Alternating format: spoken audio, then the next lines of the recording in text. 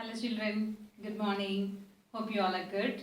And today we are going to learn about Civics Lesson 3, the working of the state government. As the CBSE has reduced syllabus, we have removed chapter 2. And now let's move with the third lesson, the working of the state government. We all know that in India we are having 3 levels of government, that is local government, state government and central government. So the 3 levels of government are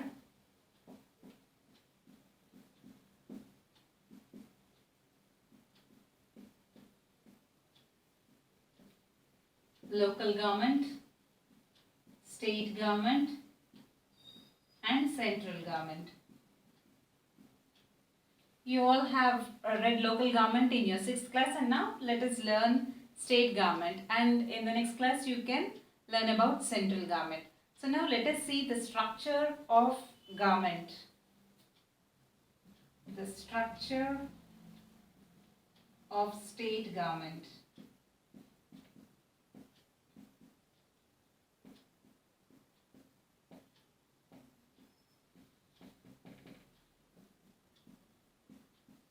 So in the structure of state government, it consists of 3 bodies, that is legislature,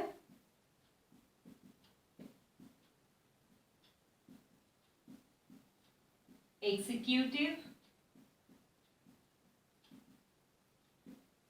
and judiciary. So the structure of state government consists of 3 bodies, that is legislature, executive and judiciary. Now let us learn everything in detail. So the ministers who are elected or who are chosen by the chief minister will look after the day-to-day administrative works of the government, and the chief minister and the council of members are answerable to the legislature. So the chief minister and the council of members are answerable to the legislature. Coming to the legislature, the work of the legislature is to make laws. So what is the work of the legislature? It is to make laws, and each state legislature is having 2 houses, that is Vidhan Sabha and Vidhan Parishad. Vidhan Sabha is also called as Legislative Assembly and Vidhan Parishad is called as Legislative Council. So this Vidhan Sabha is having it is also called as lower house of legislature, and Vidhan Parishad is called as upper house of legislature, and the members of Vidhan Sabha are elected directly by the people. So we are the ones who is electing the member of this legislative assembly, and we call them as MLAs. So each MLA represents a constitution. So in Andhra Pradesh we are having 175 constituencies, and for 175 constituencies we are having 1 MLA. So how many MLAs we are having altogether? So each MLA represents a constituency. So we are having 175 MLAs altogether in Andhra Pradesh, and the party which wins the majority of seats, they will take over the ruling party, and the other members will become the opposition party. So here the term of 5 years.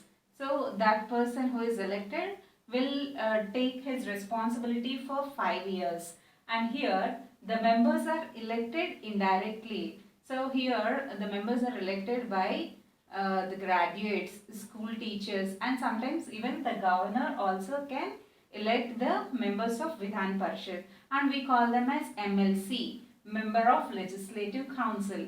And here who is elected, that person is called as MLA, Member of Legislative Assembly. And here the term is for 6 years. Here the term is for 5 years, and here the term is of 6 years.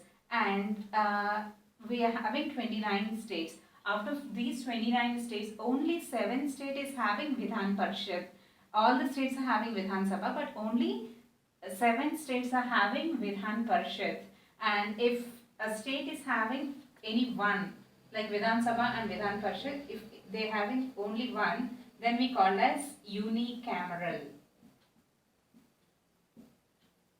If the state has both Vidhan Sabha and Vidhan Parishad, we call as bicameral.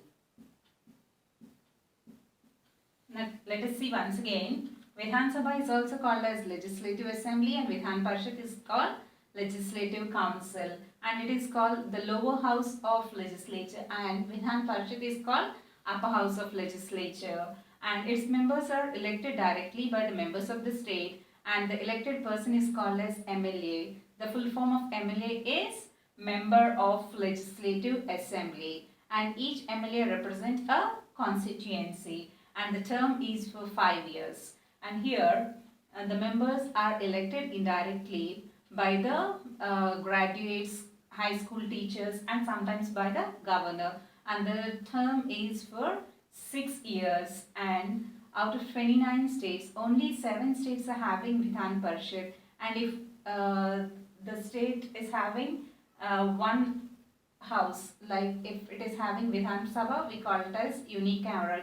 If it has both, we call it as bicameral. So children, if we have any problems with water, like if the water supply is not good, if the drinking water is not coming, and if we have any public health issues, if the roadways are not good,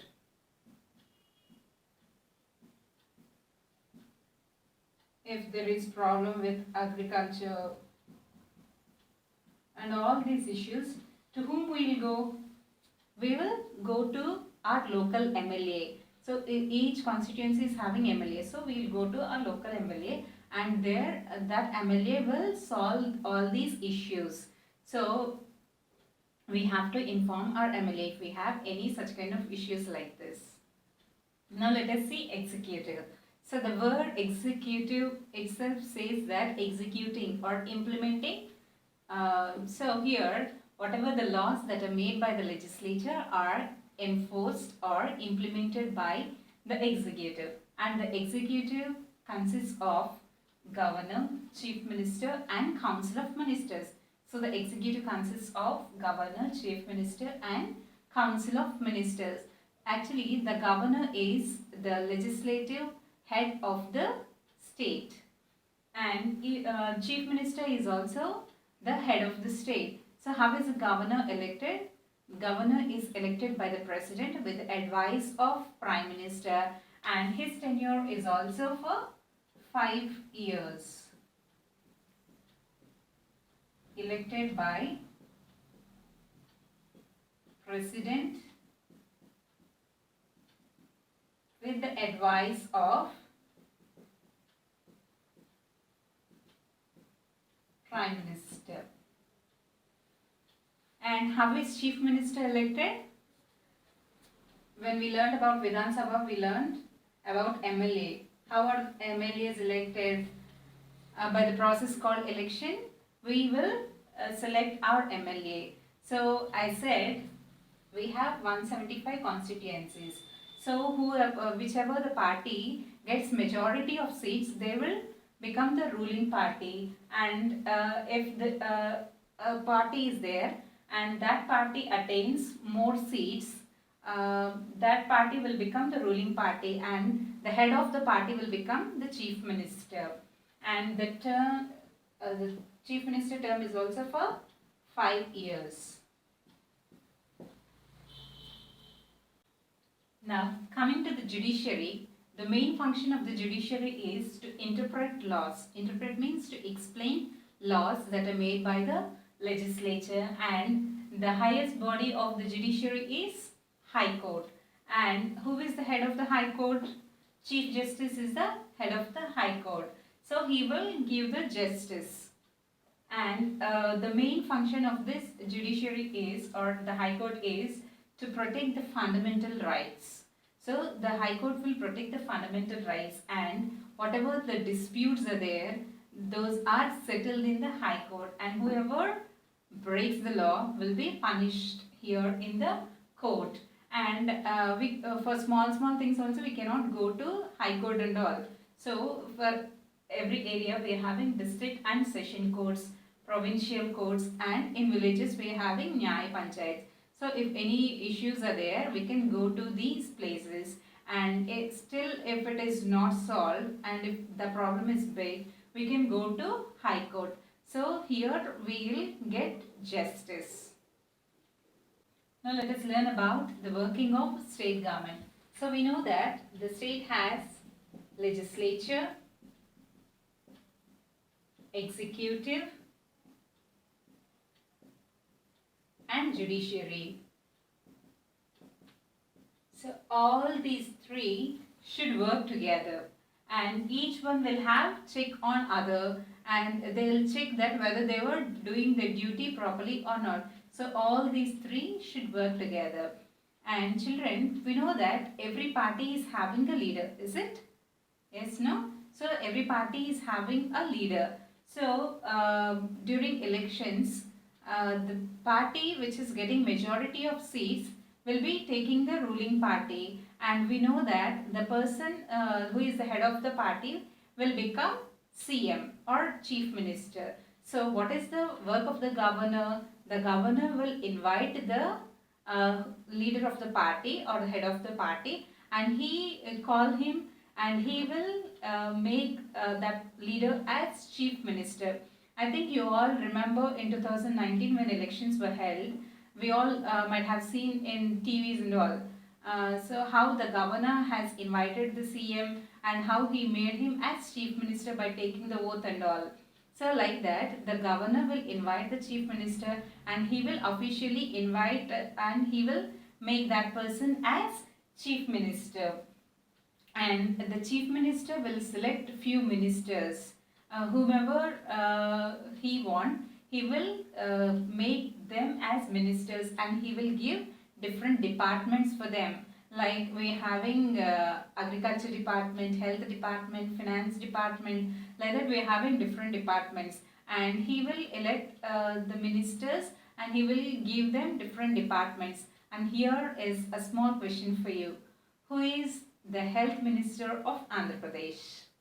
If you know the answers, please write it in the comment box. So here the chief minister will select the ministers, and he will give them different departments or portfolios. So they have to take the responsibility, and they all should together discuss things, and they have to form the government. Coming to the functions of chief minister, here he acts as a leader of legislative assembly. So the chief minister is the leader of legislative assembly, and whatever the decision is taken by the chief minister is final, and no one can say no to his decision. And he is the head of the council of ministers. So we know that he is the one who is choosing the council of ministers, and he is the one who is giving different departments for them. So obviously he will be the head of the council of ministers. And if he is having the authority to remove the ministers, because he is the one who has chosen them, so he can remove if they were not doing their duties properly.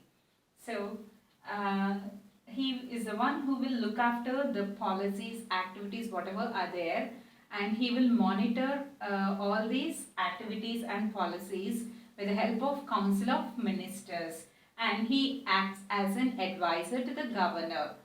He will take up look after all these works, and along with that he will act as an advisor to the governor. So the chief minister is the actual head of the state.